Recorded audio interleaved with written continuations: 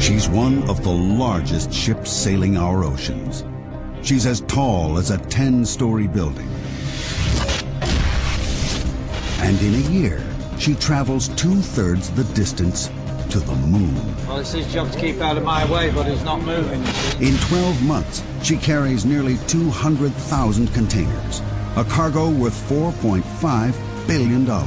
Cargo that must be delivered intact and on time.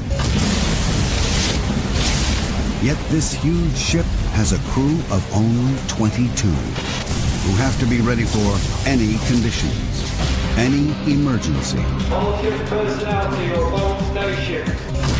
See any lights? And must be ready to defend their ship against desperate marauders, modern-day pirates. The Atlanta's mission? Transporting and protecting a mountain of very valuable cargo. Come, experience life aboard a maritime megastructure. Witness the mechanics and machinations of life at sea. Okay, I'll go ahead, thank you. Starboard 10. And visit the bustling ports that feed the ever-growing world of trade. Welcome aboard the OOCL Atlanta, a mega ship, a true giant of the ocean.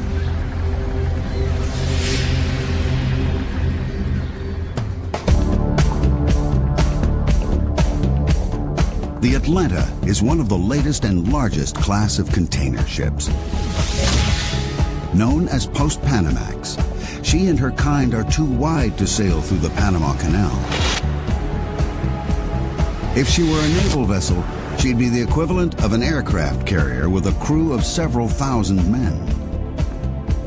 The Atlanta has a crew of just 22, ranging from a handful of ordinary seamen who work to keep the Atlanta shipshape at all times. 5 engineers keep the ship's engines, power plants, and operating systems up and running. And a team of 4 officers work in shifts around the clock. Junior officers stand watch and keep a close eye on the weather. Second Officer Law is responsible for navigation and communications. First Officer Jonathan oversees all the crew, the safety, and daily running of the ship and all cargo loading. At the team's head is a captain who's spent all his working life at sea. Starboard 10. Starboard 10. Captain Roger Llewellyn is a man with salt water coursing through his veins. And over the years, he's developed some interesting sleeping habits. One eye open, always. We sleep with one eye open because at 25, 26 knots, you've got to jump out and up there. Up there is the bridge, and that's where the sailor who never sleeps has spent most of his last 30 years. He's sailed every ocean on the planet and visited every nation that borders the sea. Right now, the Atlanta is in the Malacca Straits, heading from Port Kelang, Malaysia, to Singapore, then north to Hong Kong.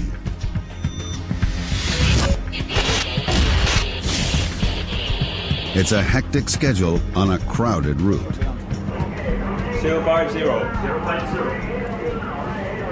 A lot of traffic not doing what they're supposed to do, a lot of traffic not reporting.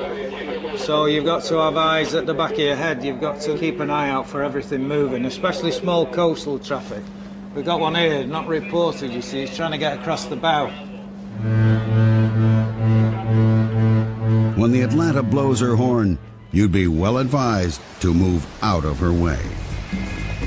Her vital statistics are staggering. From bow to stern, the Atlanta is 323 meters long. That's over 1,000 feet. In fact, if you could tip the Atlanta up on her bow, she'd edge out the Eiffel Tower. The area of her top deck is greater than 2 football fields. Fully laden, the Atlanta weighs more than 300 jumbo jets. On her normal route, she carries cargo from Southeast Asia to the west coast of America and back again every 42 days. These ocean giants make the earth very small. It is a village, because one minute we're in the east, next minute we're in the West. Very little time between the two. So we're constantly plying the world with manufactured goods. Mega ships like the Atlanta help keep the wheels of global commerce turning. Over half the world's cargo is carried in containers. In 1 year, nearly 20 million containers are moved a total of 300 million times. It's a payload worth almost $5 trillion. The Atlanta may be loaded down, but she still has to be on time. She runs to schedule for thousands and thousands of miles. She'll arrive on time. In Singapore, containers are arriving from all around the region. Some have a date.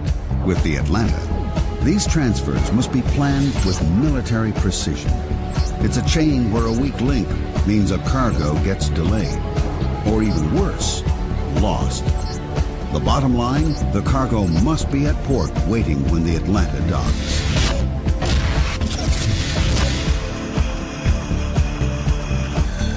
Two particular pieces of cargo due for the Atlanta started their journey several thousand kilometers away in Australia. One is precious and fragile, a shipment of 999 cartons of wine from the lush vineyards of South Australia. The other is also a gourmet delight, but this time highly perishable, a container load of sweet, succulent prawns. Both the wine and seafood are bound for shops and restaurants in Hong Kong, and both will require extreme care and constant supervision. OOCL 30, good morning. Can I have your last port of call? The Atlanta's due in Singapore in less than 24 hours, but there's a problem. Good, mate. Yes, that's correct, over. Good, mate. Yeah, OOCL Atlanta, the master here. I sent it yesterday and I sent it again this morning when I left Port Calain. Roger, but so far we're not receiving. Port procedures are very strict. I give up. Without the right paperwork, ships can't enter a country's waters. Good, mate. Keep him there, tell him. Instead of the last 10 ports which you've already got, I'll just send you Port Calain. Okay, no problem, no problem. Aye, aye. The captain must keep to schedule.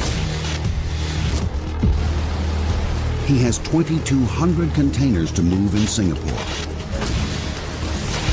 And he must get there on time. The Atlanta is steaming towards Singapore Harbor and the planned 2,200 container moves. This megaship is purpose-built for one thing only: to carry cargo. A mountain of cargo. All up, she can carry 8,063 20-foot containers. These are the lashing bars and the turnbuckles. These are 20 foot. You can load 20s and you can load 40s, either or. But they still need lashing forward and aft. Keep them fixed in position.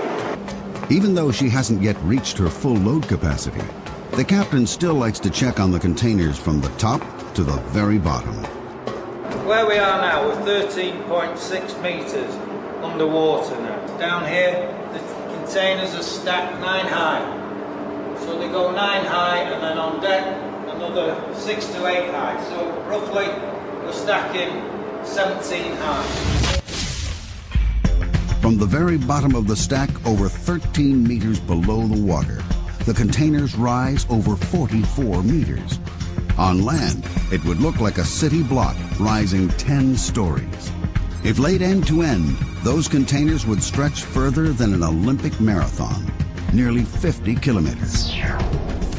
A little over 40 years ago, it was a different story. Products like wine would have been transported in a variety of simple boxes, and moving frozen food